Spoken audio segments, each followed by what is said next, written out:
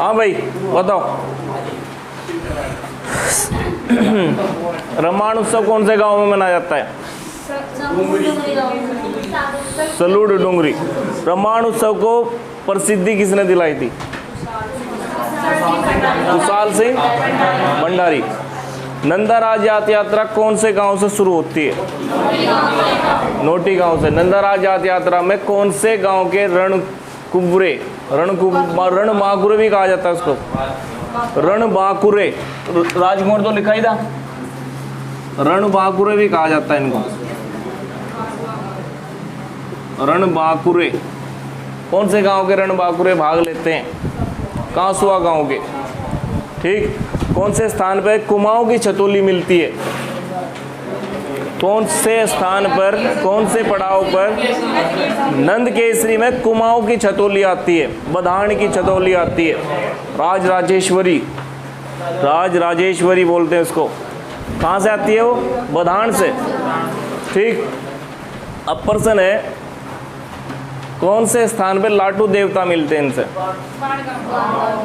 बाण गांव से लाटू देवता मिलते हैं। सबसे विकट स्थान कौन सा है इस यात्रा का? ज्योरांगली दर्रा, ज्योरांगली दर्रा। ठीक। कहाँ पहुंचते हैं फिर? होमकुंड में। अंतिम स्थान कहाँ है? और होमकुंड के बाद क्या होता है? पूजा अर्चना की जाती है। होमकुंड के बाद जो 4 सिंह वाला मेढ़ा था या खाड़ू था, उसे पूजा अर्चना करने के बाद हिमालय की तरफ छोड़ दिया जाता है, अकेला जाता है। फिर वो हिमालय की तरफ अकेला जाता है, पता नहीं कहाँ जाना, फिर उसकी मर्जी कहीं जाए फिर। ठीक। होमकुंड में जाके मेढ़ा को छोड़ दिया जाता है, वो हिमालय की तरफ जाता है फिर। ठीक। यही बात। नंदा देवी राज जात यात्रा खत्म। अब लिखो चमोली के प्रमुख पर्वत।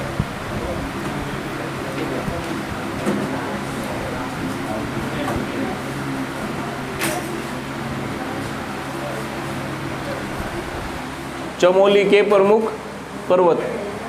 ठीक। नंदा देवी पश्चिमी, नंदा देवी पश्चिमी बताया था। कहाँ था नंदा देवी पर्वत?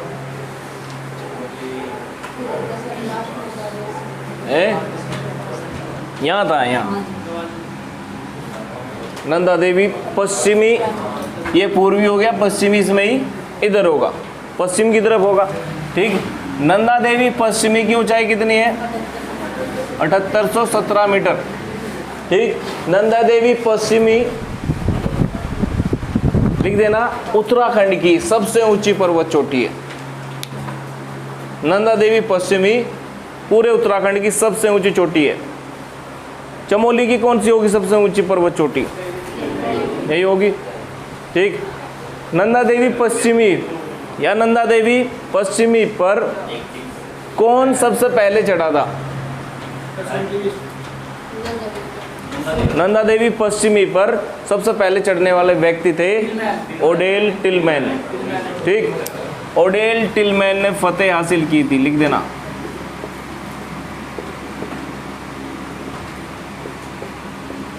नंदा देवी पश्चिमी पर्वत चोटी जो विश्व की सबसे खतरनाक चोटी है। इसे फतेह हासिल करने में बड़ी मुसीबत झेलनी पड़ती है। ठीक। किलर माउंटेन के नाम से जानी जाती है, किलर माउंटेन। काफ़ी तीखी ढाल है इसकी, किलर माउंटेन की से कहा जाता है।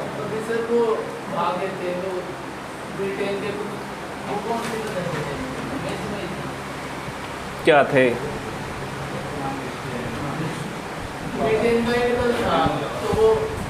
ठीक।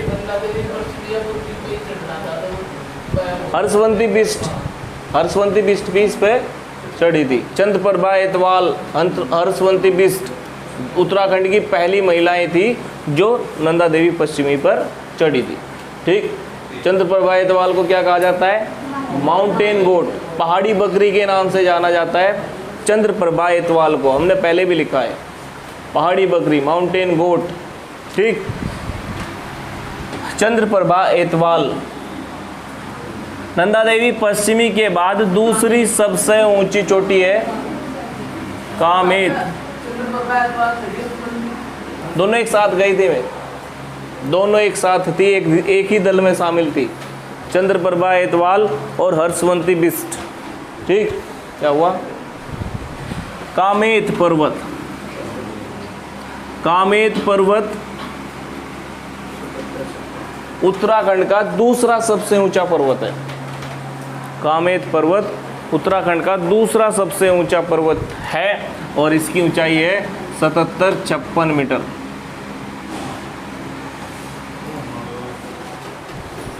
भाई साहब बंद नहीं करा था वो, गेट बंद भी कर रखा और पूरी तरह बंद नहीं कर रखा।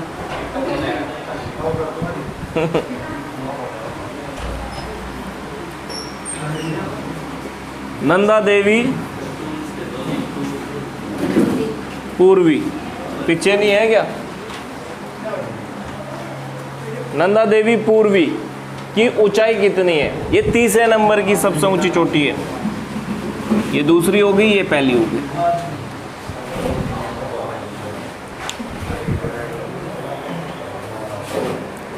नंदा देवी, भाई जल्दी जल्दी कर लो, ये चमोली जिला नहीं तो खत्म नहीं होने का। 5वीं सीरीज है आज की। हो गया। नंदा देवी पश्चिमी पहली, कामेत पर्वत दूसरी और तीसरे नंबर की पूरे उत्तराखंड की सबसे ऊंची चोटी नंदा देवी पूर्वी। कितनी ऊंचाई है? 74-34 मीटर, ठीक। लिख दो। माणा भी है एक, माणा पर्वत चोटी है 72 मीटर, ठीक। इसके बाद अगर हाइट लिखनी है तो लिखो, नहीं तो रहने दो, जरूरत नहीं है। भाई कौन है? कोई नहीं है, ठीक। अब सुनो, 5वें नंबर पे जरूरी नहीं है 5वां नंबर है, 4 तक यहाँ लिखा। अब तुम वैसे ही लिखते जाओ, जो चमोली में है पर्वत, जो चमोली में है पर्वत, ठीक। लिखो कौन कौन से। भैया संतोपत से कौन सी नदी निकल रही थी? संतोपत से अलकनंदा की लंबाई राज्य में कितनी है? 195 किलोमीटर, ठीक। संतोपत, ठीक। नंदाग्नि नदी कहाँ से निकल रही थी? नंदाग्नि नदी कहाँ से निकल रही थी? नंदा घुंगटी से, नंद घुंगटी से। तो एक पर्वत ये हो जाएगा नंद घुंगटी या नंदा घुंगटी, ठीक। संतोपत पर्वत हो गया, यहाँ से अलकनंदा नदी निकलती है संतोपत ग्लेशियर से। नंदा घुंगटी पर्वत हो गया, ठीक। एक मैं यहाँ पे कुन लून लिख रहा हूँ, बताओ कौन सी नदी निकलती है यहाँ से? बताया भी था मैंने साथ साथ। पश्चिमी धौली गंगा कुन लून पर्वत से निकलती है, ठीक। ऐसे कुछ रिवाइज भी हो रहा, पर्वत भी लिखे जा रहे, ठीक है जी।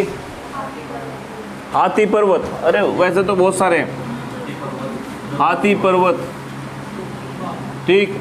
चौखंबा पर्वत, चौखंबा पर्वत रुद्रप्रयाग और चमोली में साथ शेयर करता है चौखंबा पर्वत, पहले भी बताया मैंने। और ज़्यादातर इस एरिया इसका चमोली में, ठीक। बद्रीनाथ, बद्रीनाथ चोटी भी है। बद्रीनाथ पर्वत, इसकी हाइट लिख देना 71-40 मीटर। बद्रीनाथ पर्वत, बद्रीनाथ पर्वत। नर नारायण मंदिर हमने लिख लिए थे, सॉरी पर्वत लिख दिए थे जब हम बद्रीनाथ लिखा था। बद्रीनाथ मंदिर किन पर्वतों के बीच में था? नर नारायण। कहाँ होंगे फिर? कौन से जिले में होंगे नर नारायण पर्वत? चमोली में होंगे, ठीक। एक लिखो स्लीपिंग लेडी पर्वत, स्लीपिंग लेडी पर्वत।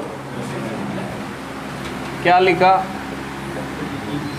स्लीपिंग लेडी पर्वत।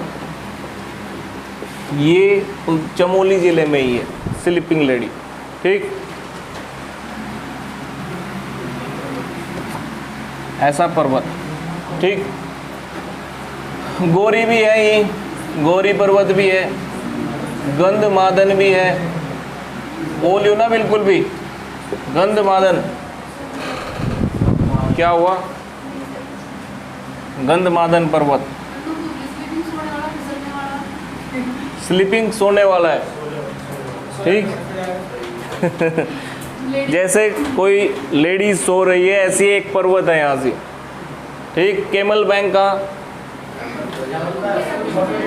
मसूरी में, जैसे ऊंट के आकार का है।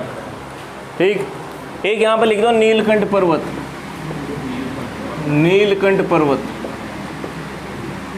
नीलकंठ पर्वत नंदाकोट भी लिखेंगे, है जी, वो भी लिखेंगे। लिखो जरा, नीलकंठ पर्वत गढ़वाल की रानी कहलाता है। नीलकंठ पर्वत चोटी जो है ना, गढ़वाल की रानी कहलाती है। और गढ़वाल का या पहाड़ों का राजा चक्राता। गढ़वाल की रानी नीलकंठ पर्वत, पहाड़ों का राजा चक्राता। ठीक, पहाड़ों की रानी मसूरी। ठीक, गढ़वाल की रानी नीलकंठ है, कभी इस पर ही लगा दो पहाड़ों की रानी। ठीक, कभी इसका गढ़वाल की रानी मसूरी में ले जाओ, ऐसा नहीं होगा। जो नाम दे रखा है ना वही नाम रखना।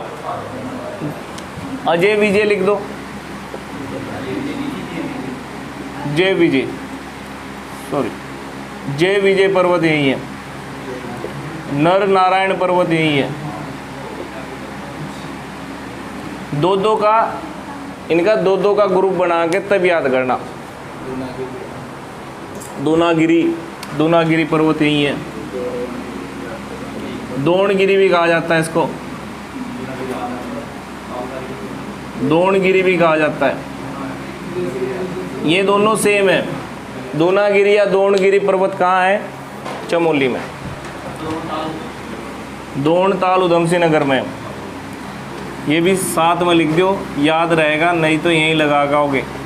दोनताल है यूएसएन में, उधम सिंह नगर में। ठीक, ये हुए पर्वत चमोली के। एक है नंदाकोट, और नंदाकोट है यहाँ से। नंदाकोट कहाँ लगेगा बताओ अब, या फिर कहाँ बताओगे नंदाकोट?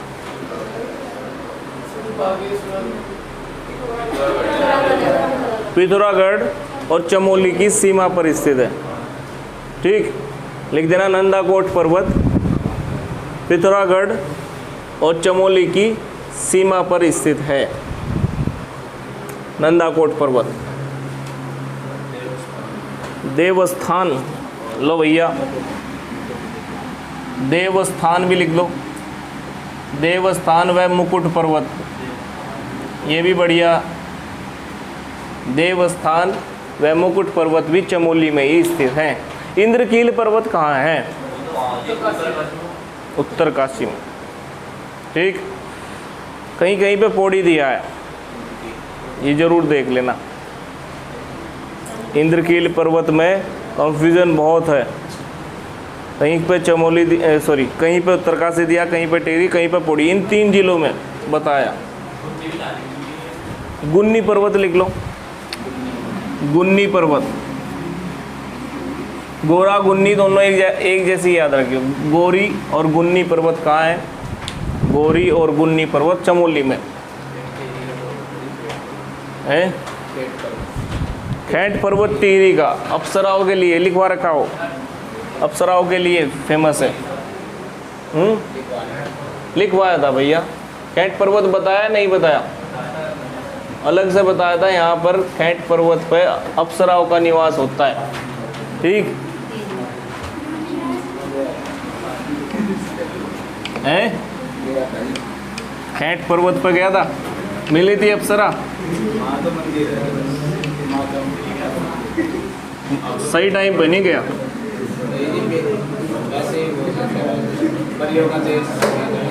हाँ, और कुछ नहीं है, मान्यता है सब कुछ। अप्सरा आती है खैट पर्वत पे। ये तो सुबह वहीं पहुंच जाता।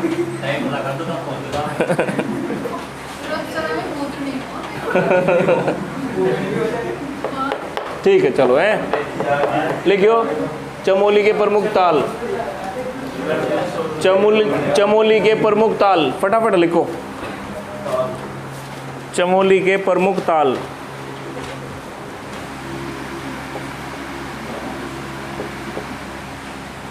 ठीक, ताल में सबसे पहले लिख दो कौन सा ताल? संतोपत ताल है, संतोपत ताल। बचा ये संतोपत अगर है ना, कहाँ है? जैसे बिलंग ताल, बिलंग ग्लेशियर कहाँ है? टिहरी में। भूल गए थे क्या? भूल गए थे? बिलंग अगर कहीं भी आए वो कहाँ सी? टिहरी में। संतोपत जहाँ भी आए चमोली में है जी। लिख दो। वो हेमकुंड है, 7 पहाड़ियों से घिरा हुआ।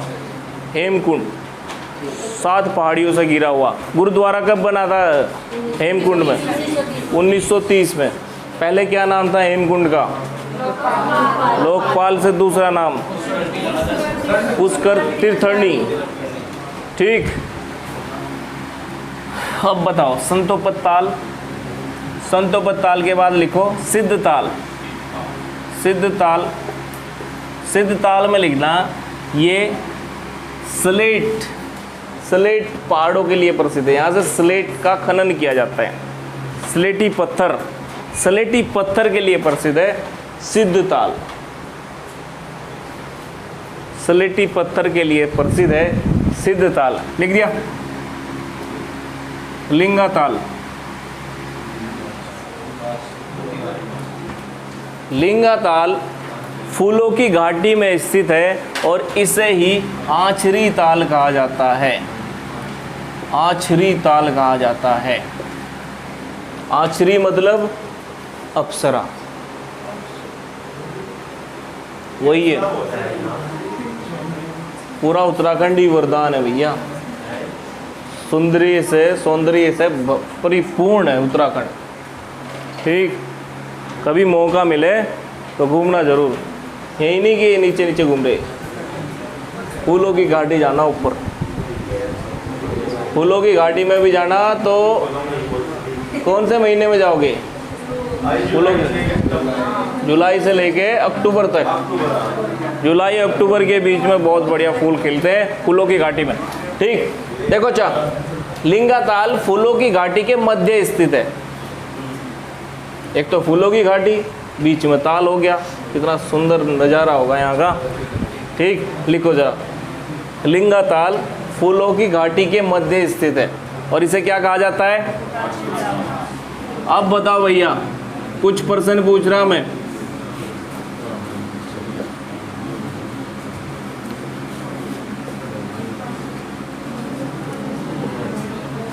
ये ताल कहाँ है? अलग अलग है ये ताल, अलग अलग जिलों में स्थित है। आछरी ताल, अचरिया ताल, आछरी ताल, ये कहाँ? चमोली में हो गया। तो आछरी चमोली में, अचरिया अप्सरा ताल टिहरी का। ठीक, बेटा आछरी तो हो गया कहाँ सी? चमोली में। अचरिया अप्सरा टिहरी में। आछरी पिथौरागढ़ में। ये पिथौरागढ़ में। कभी कंफ्यूजन रहे तो इन्हें फिर से लिख लियो। ये पिथौरागढ़, ये टिहरी और ये चमोली। ठीक,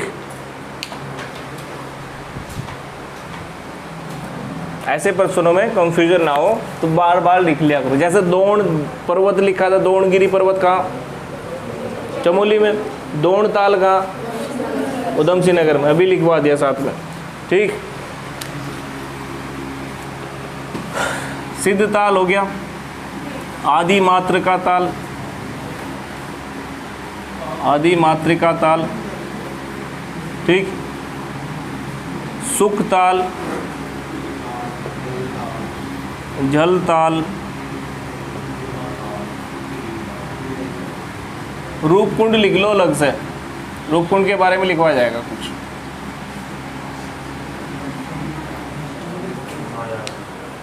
रूपकुंड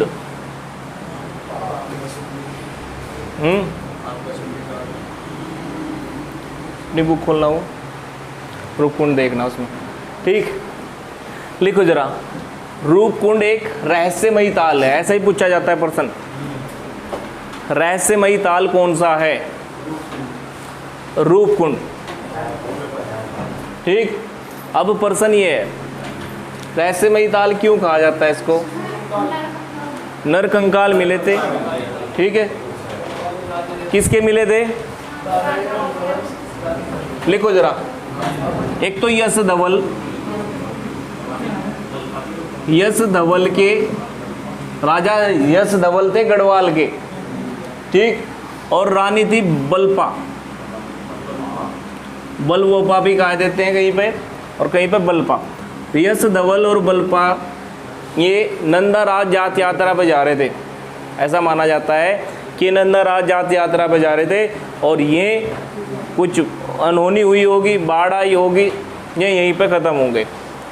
इनके नर कंकाल अभी भी पाए जाते हैं यहाँ। इनके सैनिक थे, केवल ये नहीं थे, दो सैनिक थे इनके साथ में और ये ख़त्म हो गए यहाँ। इसलिए कहा जाता है, कुछ पता नहीं रहस्य का अभी भी, ठीक। यश धवल के ही हैं या किसी और के हैं ये भी नहीं पता, मान्यता है ये भी। इसलिए तो क्या कहा जाता है? रहस्यमयी। क्या कह रहे हैं भैया? 1942 में इनकी कंकाल की खोज हुई। एस के माधवन लिख लेना, एच के माधवन, एच के माधवन ने इसकी खोज की थी। प्रश्न ये है, इसे प्रसिद्धि दिलाने का श्रेय प्रणवानंद ने। लिखो जरा, रूपकुंड को प्रसिद्धि दिलाने का श्रेय किसे जाता है? एच के माधवन लिख दिया, 1942 में खोज हो गई। लेकिन प्रश्न ये है, एच के लिखना, एच के माधवन खोज की थी, लेकिन इसे प्रसिद्धि दिलाने का श्रेय है प्रणवानंद को। रूपकुंड को प्रसिद्धि दिलाने का श्रेय किसे जाता है? प्रणवानंद को, ठीक। ये प्रश्न दोनों सही कर लेना, गलत ना करियो बिल्कुल भी वहाँ जाकर। माधवन ने खोज की और प्रणवानंद ने इसे प्रसिद्धि दिलाई रूपकुंड को। हाँ बेटे, रूपकुंड कहाँ है? क्यों प्रसिद्ध है? रहस्य, यहाँ पर रहस्यमयी ताल है ये, यहाँ पर नरकंकाल मिले, ठीक। आई बात समझ में? और बताओ कौन कौन से ताल हैं? काक भसुंडी ताल भी यही है। काक भसुंडी ताल, नरसिंह ताल, बेनी ताल लिखो, एक बेनी ताल, नरसिंह ताल लिख दिया। बेनी ताल है आदि बद्री के पास, बेनी ताल।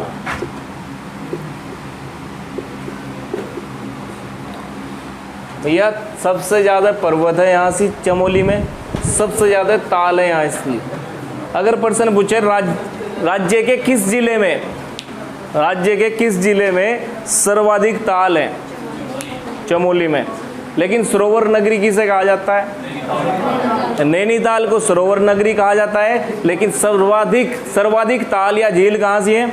चमोली में। सरोवर नगरी नैनीताल। बेनीताल है, जो ये बेनीताल है, ये आदि बद्री के पास है, या आदि बद्री के पास स्थित है बेनीताल।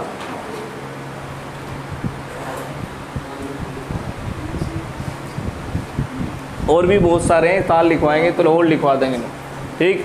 अभी इतने ही रहने दो। ये हुए चमोली के ताल। ये रहा, कहाँ था तेरा ध्यान? लिखा नहीं तेने? और बता कोई सा?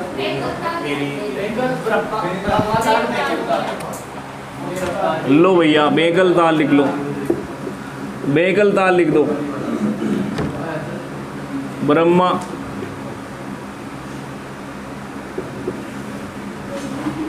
ठीक।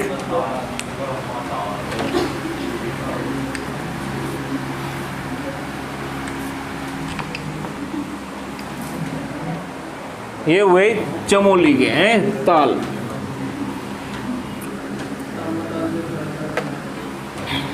अब लिखो जरा, चमोली के ग्लेशियर, फटाफट लिखो। चमोली के जो पर्वतों में होंगे वो नहीं लिखवाने के, थोड़े से अलग होंगे। नंदा देवी ग्लेशियर लिखवाना जरूरी है क्या? संतोपत ग्लेशियर लिखवाना जरूरी है? नहीं है। ये लिखो जरा, टिपरा बमक है जी,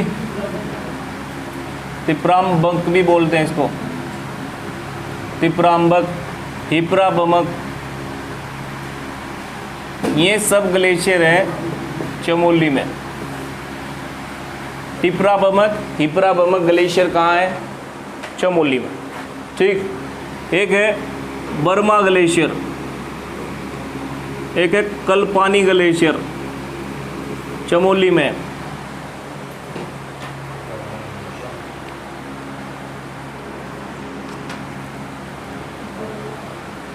लिख दिया। जो मंदिर नहीं लिखे वो भी साथ साथ में लिख देना मंदिर। ये ग्लेशियर हो गए इतने ही, और सारे लिख रखवा रखे हमने पर्वतों में, ठीक।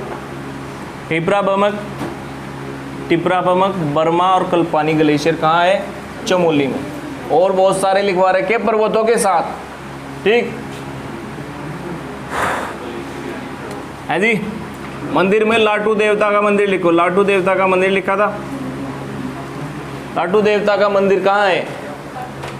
लाटू, लाटू, लाटू देवता का मंदिर बाण गांव के पास मिलता है। ये लाटू देवता मूर्ति मिलती है नंदा राज जात यात्रा में, ठीक। बाण गांव में, सॉरी चमोली में लिखना। लाटू देवता का मंदिर कहाँ है? चमोली में। बस इतना चाहिए मैं, ठीक। और कोई मंदिर जो हमने लिखवा दिया उससे अलग हो, आदि पंचबद्री से अलग, रुद्रनाथ कल्पेश्वर से अलग है। अंजनी माता का मंदिर, अंजलि लिखना, अंजलि माता का मंदिर, हाँ जी, अंजलि माता का मंदिर। क्या हुआ? अंजलि है, अंजलि, अंजनी नहीं, अंजलि लिखना। अंजलि भी है,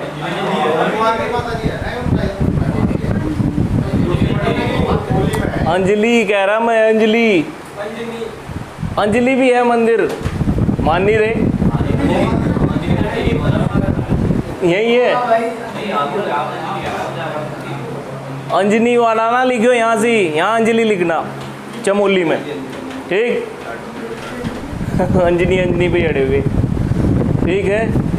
अंजलि माता का मंदिर है यहाँ सी चमोली में, ठीक। और कोई मंदिर इससे अलग?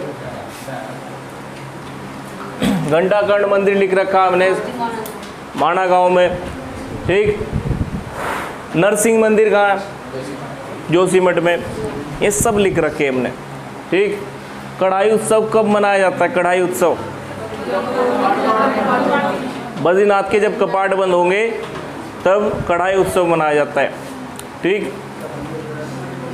चलो इससे अलग लिखो, चमोली के प्रमुख राष्ट्रीय उद्यान। चमोली के प्रमुख राष्ट्रीय उद्यान, या चमोली के राष्ट्रीय उद्यान लिख दो, दो ही तो हैं यहाँ, प्रमुख तो कह नहीं सकते हम, ठीक। दो राष्ट्रीय उद्यान है यहाँ, ठीक। और दोनों एक ही साल स्थापित हुए थे 1982 में। चमोली के दो राष्ट्रीय उद्यान दोनों एक ही वर्ष में स्थापित हुए थे 1982 में। कौन कौन से हैं? एक तो है, थोड़ा जगह छोड़ कर लिखना, जगह छोड़ के क्या, पहले तो लिख दो ऐसे ही, फूलों की घाटी, क्योंकि बहुत कुछ लिखना है इसमें फूलों की घाटी में ना। फूलों की घाटी और नंदा देवी, नंदा देवी राष्ट्रीय उद्यान। फूलों की घाटी राष्ट्रीय उद्यान की स्थापना कब हुई थी इन दोनों की?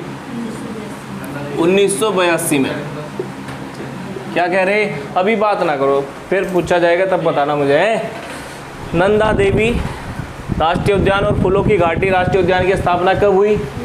1982 में। हेडिंग डाल दो फूलों की घाटी। फूलों की घाटी ये राष्ट्रीय उद्यान है हमारा, फूलों की घाटी राष्ट्रीय उद्यान। अब बताओ भाई, ये फूलों की घाटी जो है, इस फूलों की घाटी का क्षेत्रफल कितना है? 87.5 ठीक किलोमीटर स्क्वायर। सबसे छोटा राष्ट्रीय उद्यान है, क्षेत्रफल की दृष्टि से सबसे छोटा राष्ट्रीय उद्यान कौन सा है? फूलों की घाटी। ठीक, कभी आप मसूरी वाले पे चले जाओ, मसूरी वन्य जीव विहार है सबसे छोटा। मसूरी या विनोग माउंटेन कवेल, विनोग माउंटेन कवेल सबसे छोटा वन्य जीव विहार है। और ये क्या है? सबसे छोटा राष्ट्रीय उद्यान। दोनों में अंतर है। राष्ट्रीय उद्यान में घुसना बहुत मुश्किल है, वन्य जीव विहार में थोड़ी छूट दी जाती है। ठीक, यहाँ से प्रधानमंत्री भी बिना इजाज़त के लकड़ी नहीं उठा सकता। राष्ट्रीय उद्यान ऐसे होते हैं। ठीक, एक आंदोलन भी हुआ था, छीनो झपटो आंदोलन। छीनो झपटो आंदोलन इस नंदा देवी के लिए हुआ था। नंदा देवी राष्ट्रीय उद्यान में ग्रामीणों को अधिकार दिलाने के लिए हुआ था 1998 में। ठीक, चलो बात करेंगे हम फूलों की घाटी की। हैं, फूलों की घाटी की खोज किसने की थी? अब बताते रहो। पर्सन देखो, फ्रैंक स्मिथ। कहाँ का था फ्रैंक स्मिथ? अब बताओ। ऑस्ट्रेलिया का। ठीक, फ्रैंक स्मिथ ऑस्ट्रेलिया का था। क्या हुआ? कामेत पर्वत चढ़ा था, कामेत पर्वत पर चढ़ाई की और भैया वापस आते हुए ये खो गए, फूलों की घाटी में घुस गए आते हुए। कामेत पर्वत पर सबसे पहले कौन चढ़ा था?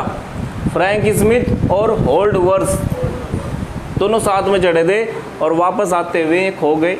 और कहाँ मिले जाके? फूलों की घाटी में। फूलों की घाटी की खोज होगी, अपना फूल खिल रहे थे वहाँ से, इसलिए से क्या कहा जाता है? फ्रैंक स्मिथ घाटी। फूलों की घाटी का दूसरा नाम भी है एक फ्रैंक स्मिथ घाटी। किसने खोज करी थी इसकी? फ्रैंक स्मिथ ने। कब की थी? 1931 में। लिख देना, फ्रैंक स्मिथ ने 1931 में इसकी खोज की थी। कामेत पर्वत पर कब चढ़े थे? 1939 मत लिखना, 1931 लिखना। एक तो साथ साथ में कौन कौन था इसके? एक तो फ्रैंक स्मिथ ही थे, एक थे होल्ड्सवर्थ या होल्ड्सवर्थ लिखना। ये तो मेरी समझ में नहीं आ रहा मैंने क्या लिखा। होल्ड्सवर्थ। फ्रैंक स्मिथ के सहयोगी कौन थे जब फूलों की घाटी की खोज की? होल्ड्सवर्थ थे। ठीक, याद रहेगा। फ्रैंक स्मिथ और होल्ड्सवर्थ कामेत पर्वत पर चढ़ने के लिए गए थे, लेकिन वापस आते हुए फूलों की घाटी की खोज हो गई। ठीक, इसके बाद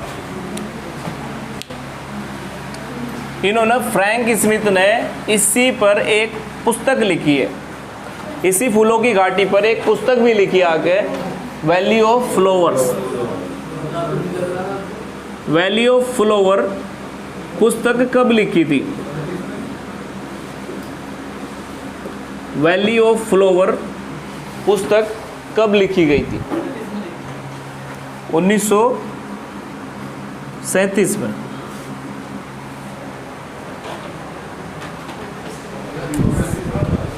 यदि 1937-38 लिख लियो है, ये जरूर लिख लियो। इसका सन पूछा जा सकता है। वैली ऑफ फ्लावर पुस्तक की रचना कब की थी? किसने लिखी थी? ये फ्रैंक स्मिथ ने। कब लिखी थी? 1937 में। ठीक, आई बात समझ में? एक और पुस्तक यही याद हो जाएगी कब लिखी गई थी। पुस्तक है कुमाऊं का इतिहास। किसने लिखी थी? बद्रीदत्त पांडे ने। 1937 में लिखी थी वो भी, अभी याद कर लेना। कुमाऊं का इतिहास बद्रीदत्त पांडे ने 1937 में ही लिखी थी।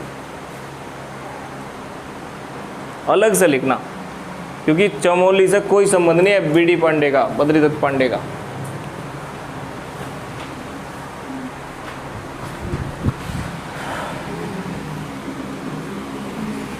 अब और बात सुनो जरा, फूलों की घाटी से संबंधित और बात कौन कौन सी है। यहाँ पर एक खरपतवार लग गया अभी इस फूलों की घाटी में, ठीक है। इसे बोलते हैं अमेला पॉलीगन, अमेला या पॉलीगन खरपतवार। इसे नष्ट करने के फिराक में पॉलीगन लिखना पूरा।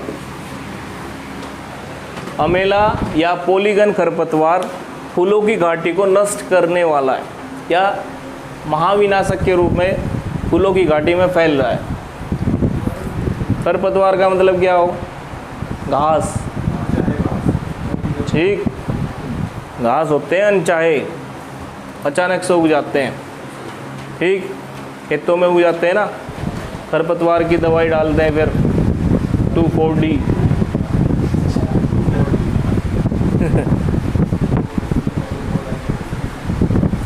ठीक है, अमेला पॉलीगन। और कोई पर्सन इससे जुड़ा हुआ लिखो जरा। यूनेस्को, ये बढ़िया पर्सन, यूनेस्को सूची में से शामिल किया गया। कब शामिल किया गया? 14 जुलाई 2005 में इसे यूनेस्को सूची में शामिल किया गया था। बढ़िया पर्सन है, इंपॉर्टेंट लगा दियो। रोहित, यूनेस्को सूची की कौन सी सूची में इसे शामिल किया गया होगा? मूर्त में या अमूर्त में?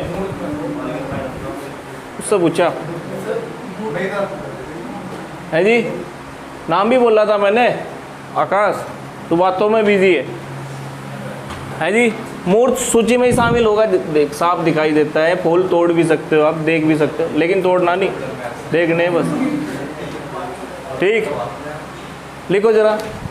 इस फूलों की घाटी के बीचों बीच से एक नदी बहती है, उसका नाम है पुष्पावती। पुष्पावती नदी बहती है फूलों की घाटी में। फूलों की घाटी में फूल खिलने का समय हमने बताया था अभी, जुलाई से अक्टूबर, दिसंबर तक। कौन बता रहा? बर्फ पड़ जाएगी वहाँ। हाँ, नहीं, दिसंबर में कह रहा कोई सा। हाँ, जुलाई अक्टूबर के बीच में फूल खिलते हैं वहाँ। फ्रैंक स्मिथ इतना तेज था, उसी जब गया था ना, उसी साल उसने वहाँ से 250 बीज अपने साथ ऑस्ट्रेलिया ले गया था। पता नहीं हुए होंगे या नहीं हुए होंगे वहाँ। बताओ, उत्तराखंड का पर्यटन किस देश के मॉडल पर आधारित है? सिंगापुर के, ठीक। सिंगापुर के। कभी ऑस्ट्रेलिया बताओ। मैंने ऑस्ट्रेलिया का जिक्र किया तो ऑस्ट्रेलिया ही बताएंगे, नहीं मुझे पता। ठीक, पर्यटन किस पर आधारित है? सिंगापुर के मॉडल पर आधारित है। और आपदा प्रबंधन किस पर आधारित है? ऑस्ट्रेलिया के मॉडल पर आधारित है, ठीक। ऑस्ट्रेलिया का मॉडल भी काम नहीं कर रहा, सड़क टूट गई, बताया था ना कल परसों ही, ठीक। उपनाम लिखो इसके। फूलों की घाटी के अन्य नाम कौन कौन से? एक तो यहाँ पर भ्यूंडार नदी भी बहती है। भ्यूंडार,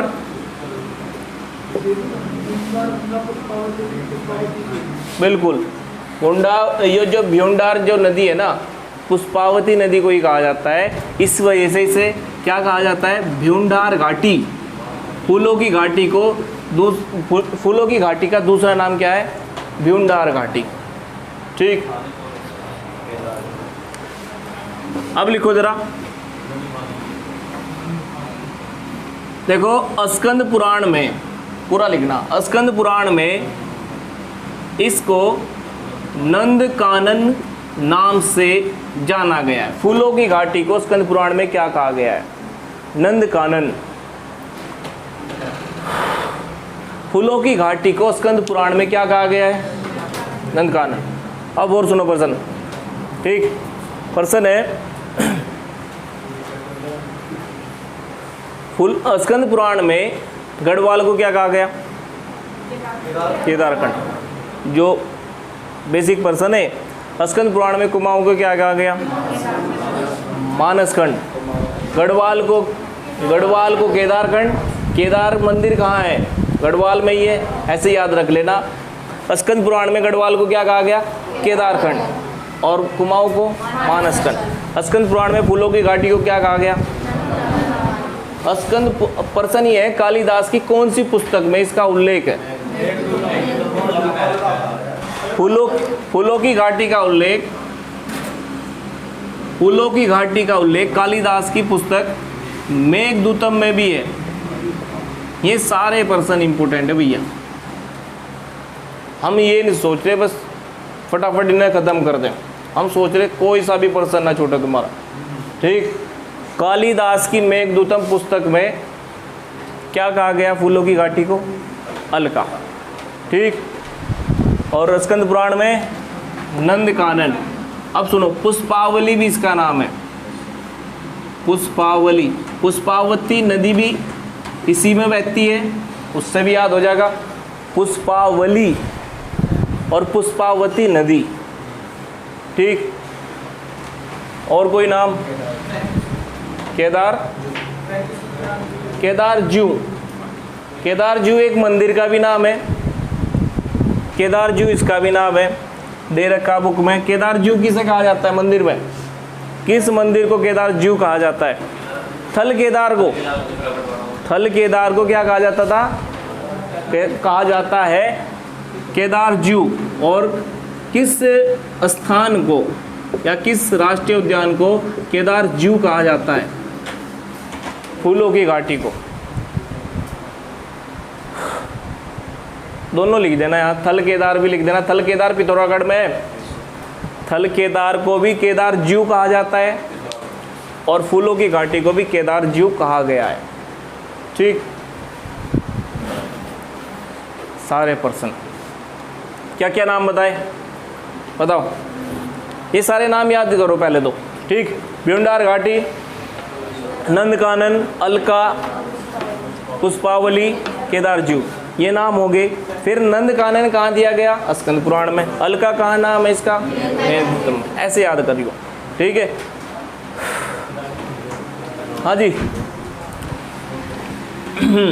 फूलों की घाटी, केदारजू, क्या कह रहे? शुभम कुछ कह रहा? तो बात करते हैं नंदा देवी राष्ट्रीय उद्यान की। अच्छा, ये भी बता दो मुझे साथ साथ में कि दूसरी फूलों की घाटी किसे कहा जाता है? चिनाब। चमोली में ही है, फिर से बता रहा, कई बार बता दिया ये। दूसरी फूलों की घाटी किसे कहा जाता है? चिनाब फूलों की घाटी को। दूसरी फूलों की घाटी किसे कहा जाता है? चिनाब फूलों की घाटी को चमोली में ही स्थित है, ठीक। अच्छा, चिनाब झील भी है यहाँ, चमोली में चिनाब झील भी है। इनसे याद रख लेना, च चमोली। चिनाब घाटी कहाँ? चिनाब फूलों की घाटी चमोली में। चिनाब झील कहाँ है? चमोली में। माँ जीवन फूलों की घाटी कहाँ? उत्तरकाशी में। गुलाब घाटी कहाँ है? नैनीताल काठगोदाम में। गुलाब घाटी कहाँ है? नैनीताल काठगोदाम में, ठीक। महाजीवन उत्तरकाशी में, गुलाब घाटी नैनीताल काठगोदाम में, चिनाब घाटी चमोली में ही है और चिनाब झील भी चमोली में ही। दोनों एक साथ इसलिए रखे हमने, देखो चिनाब झील, चिनाब ताल में तो नहीं लिखी, ताल में नहीं, अलग से लिखवा दिया। याद रखियो, कभी आप ये कहो बाद में कि लिखवा नहीं था। अभी कैंट पर्वत बता दिया था ने, लिखवाया नहीं, आपने नहीं लिखा होगा, क्या करें। ठीक, देखो इसके बाद नंदा देवी राष्ट्रीय उद्यान की स्थापना कब हुई? नंदा देवी राष्ट्रीय उद्यान की स्थापना हुई 1982 में, और इसे यूनेस्को सूची में कब शामिल किया गया? 1988 में। इसे यूनेस्को सूची में 1988 में शामिल किया गया। बताओ, फूलों की घाटी को यूनेस्को सूची में कब शामिल किया गया? 2005 में, जो 14 जुलाई 2005 में, जुलाई के महीने में शामिल करते लगभग इन्हें, जितने भी। बताओ कितने हमारे यहाँ स्थल यूनेस्को सूची में शामिल हैं? कितने स्थल यूनेस्को सूची में शामिल हैं उत्तराखंड के? कितने स्थल? स्थल मतलब मूर्त सूची में।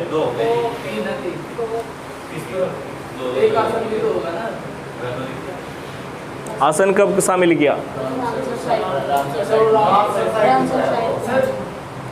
यूनेस्को सूची में 2 हैं, एक तो नंदा देवी और एक फूलों की घाटी। फूलों की घाटी 2005 में शामिल किया और नंदा देवी 1988 में शामिल किया। ठीक, यूनेस्को सूची में, विश्व धरोहर सूची में कितने स्थल शामिल हैं उत्तराखंड के? तो 2 बताना, 2 ये बस ये। लेकिन उत्सव कितने शामिल हैं?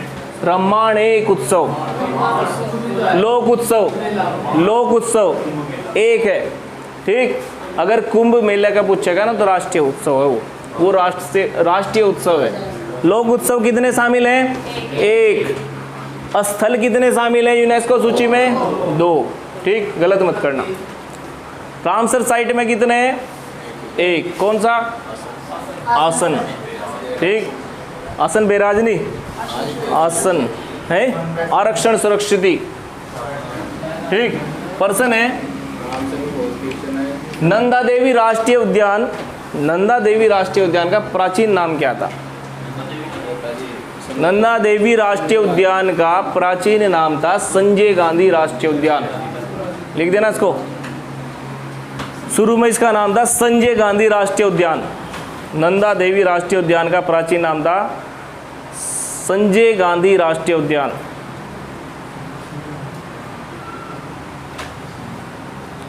नंदा देवी राष्ट्रीय उद्यान का प्राचीन नाम कितना था? सॉरी, कौन सा था? क्षेत्रफल बताओ भी इसका। 624 किलोमीटर स्क्वायर। 624 किलोमीटर स्क्वायर इसका क्षेत्रफल है। ठीक, सबसे बड़ा राष्ट्रीय उद्यान कौन सा? गंगोत्री, एकदम सब 1 नंबर का पर्सन। ठीक, गंगोत्री में ग्लेशियर भी सबसे बड़ा, गंगोत्री ग्लेशियर। गंगोत्री राष्ट्रीय उद्यान भी सबसे बड़ा ठीक, सबसे छोटा राष्ट्रीय उद्यान कौन सा? फूलों की घाटी। अब लिखो जरा, अलग से वन्य जीव विहार है केदारनाथ वन्य जीव विहार। केदारनाथ, सॉरी केदार क्या है, ऐसे ही तो, केदार वन्य जीव विहार। केदार वन्य जीव विहार, केदारनाथ ना लिखो, केदारनाथ, केदार वन्य जीव विहार। केदारनाथ ये ना पूरा, केदारनाथ वन्य जीव विहार। ठीक है, केदारनाथ वन्य जीव विहार की स्थापना हुई थी 1972 में। वन्य जीव अभ्यारण्य भी कह देते हैं ना, वन्य जीव विहार को ही वन्य जीव अभ्यारण्य भी कह देते हैं। ठीक है, केदारनाथ वन्य जीव विहार या केदारनाथ वन्य जीव अभ्यारण्य की स्थापना कब हुई थी? 1972 में। कितना क्षेत्रफल है? 957 किलोमीटर स्क्वायर। 957 किलोमीटर स्क्वायर है केदारनाथ वन्य जीव विहार का। ठीक, BS ने की में 967 दे रखा। ठीक, उससे सही कर लियो है जी। 957 किलोमीटर स्क्वायर। ठीक, सबसे बड़ा वन्य जीव विहार है उत्तराखंड का। सबसे बड़ा वन्य जीव विहार कौन सा है? केदारनाथ वन्य जीव विहार।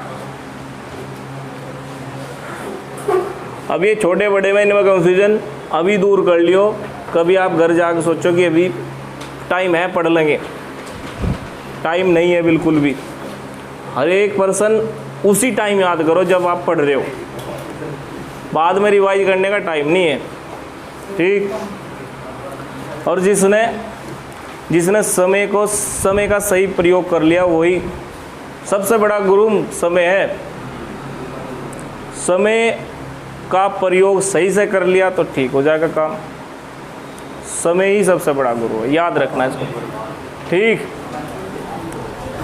लिखो जरा,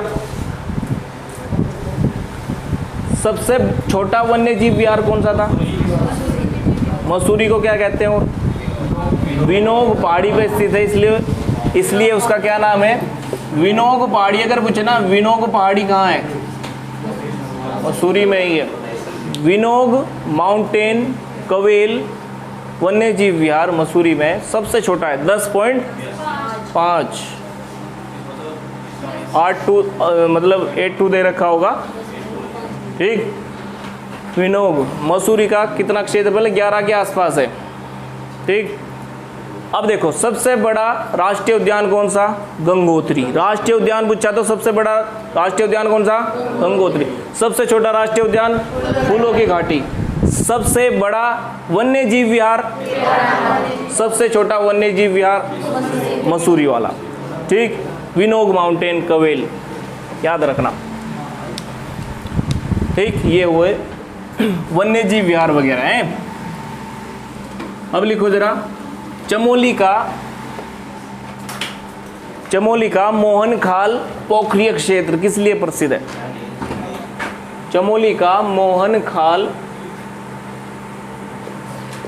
पोखरीय क्षेत्र किस लिए प्रसिद्ध है? अनुज नहीं आया क्या आज? वो तो एकदम बताता है इस पर्सन को। चमोली का मोहनखाल और पोखरीय क्षेत्र प्रसिद्ध है तांबे के लिए। तांबा उत्खनित किया जाता है यहाँ से, तांबे का खनन किया जाता है। कहाँ छिपा सा बैठा तो मोहनखाल, बताओ भाई। धनपुर डोबरी क्षेत्र कहाँ है, किस लिए प्रसिद्ध है? धनपुर डोबरी, धनपुर डोबरी क्षेत्र पढ़ाया था। धनपुर डोबरी पौड़ी में है, तांबे के लिए प्रसिद्ध है। और खेरा खरारी क्षेत्र जिप्सम के लिए प्रसिद्ध है, पौड़ी में। याद आया कुछ? पढ़ाया था ये। मोहनखाल पोखरी क्षेत्र किस लिए प्रसिद्ध है? तांबे के लिए प्रसिद्ध है। बढ़िया प्रश्न हो सकता है, ठीक। अब लिखना जरा, चमोली राज्य का एकमात्र जिला है जिसमें टीन पाया जाता है। चमोली राज्य का एकमात्र जिला है जिसमें टीन पाया जाता है। टीन सर्वाधिक कहाँ होता था? कौन से देश में? बताया था अभी, मलेशिया में। सबसे ज़्यादा टीन मलेशिया में होता है। उत्तराखंड में सबसे ज़्यादा टीन चमोली में ही होगा, जब एकमात्र यही है, ठीक। उत्तराखंड में कौन कौन सी नदी है जिनमें सोना पाया जाता है? पूरे उत्तराखंड की बात कर रहा है जी। गोला नदी है, काली नदी है, लेकिन चमोली में नहीं बहती में। काली नदी में भी सोना है, शारदा में। गोला नदी में भी सोना है। गोला नदी जो उधर बहती है नैनीताल वगैरह, नैनीताल में है। क्या कह रहे? लेकिन सबसे ज़्यादा काली नदी में है सोना। आई बात समझ में? याद रखियो, सबसे ज़्यादा सोना किस नदी के बालू में पाया जाता है? काली नदी के बालू में पाया जाता है। और सबसे ज़्यादा ये नहीं कि आप वहाँ पहुँच जाओ और कूद जाओ उसमें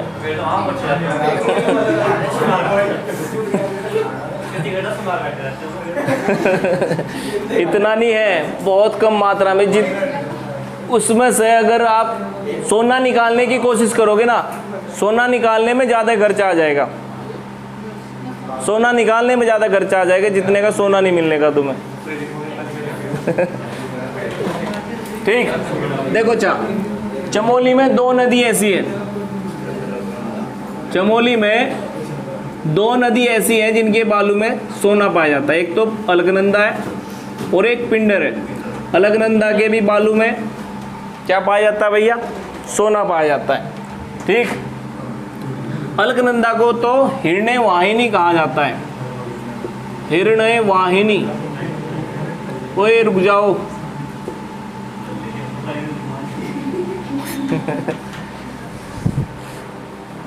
उसका भाव भी बहुत तेज है। एक बार सिर इधर लगेगा, एक बार सिर इधर लगेगा। हेलमेट लेके जाइए। ठीक, हाँ जी। अलकनंदा का एक और नाम है हिरण्य वाहिनी। हिरण्य वाहिनी, हिरण्य का मतलब होता है सोना। हिरण्य एक पर्यायवाची है किसका? गोल्ड का। ठीक है, सोना नहीं। ठीक, गोल्ड का पर्यायवाची है। अलकनंदा का एक और नाम क्या है? हिरण्य वाहिनी। प्रश्न यही पूछा गया था किसी पेपर में, हिरण्य वाहिनी किसे कहा जाता है? निम्न में से किसे कहा जाता है हिरण्य वाहिनी? अलकनंदा को। ठीक, सोना पाया जाता है, इस वजह से इसको क्या कहा जाता है? हिरण्य वाहिनी। ठीक भैया। मोहन खाल पोखरी किस लिए प्रसिद्ध है? तांबे के लिए।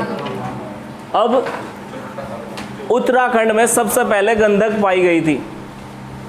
उत्तराखंड में सबसे पहले गंधक की खोज चमोली में ही की गई थी, रूपगंगा घाटी में। रूपगंगा घाटी में सबसे पहले गंधक पाई गई थी चमोली में ही। और रूपगंगा घाटी में गंधक कब मिली थी? 1957 में। चलो ये हुए प्रश्न खत्म। पीपल कोटी की बात करेंगे अलग। हो गया।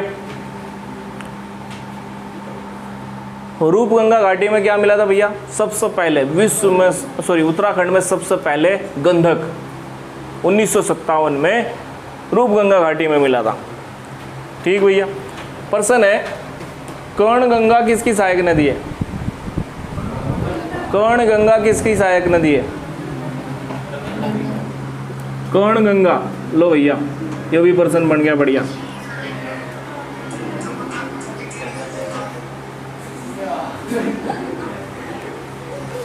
तो फोन को साइलेंट रखा कर। ठीक, कर्णगंगा किसकी सहायक नदी है? अलकनंदा की सहायक नदी है।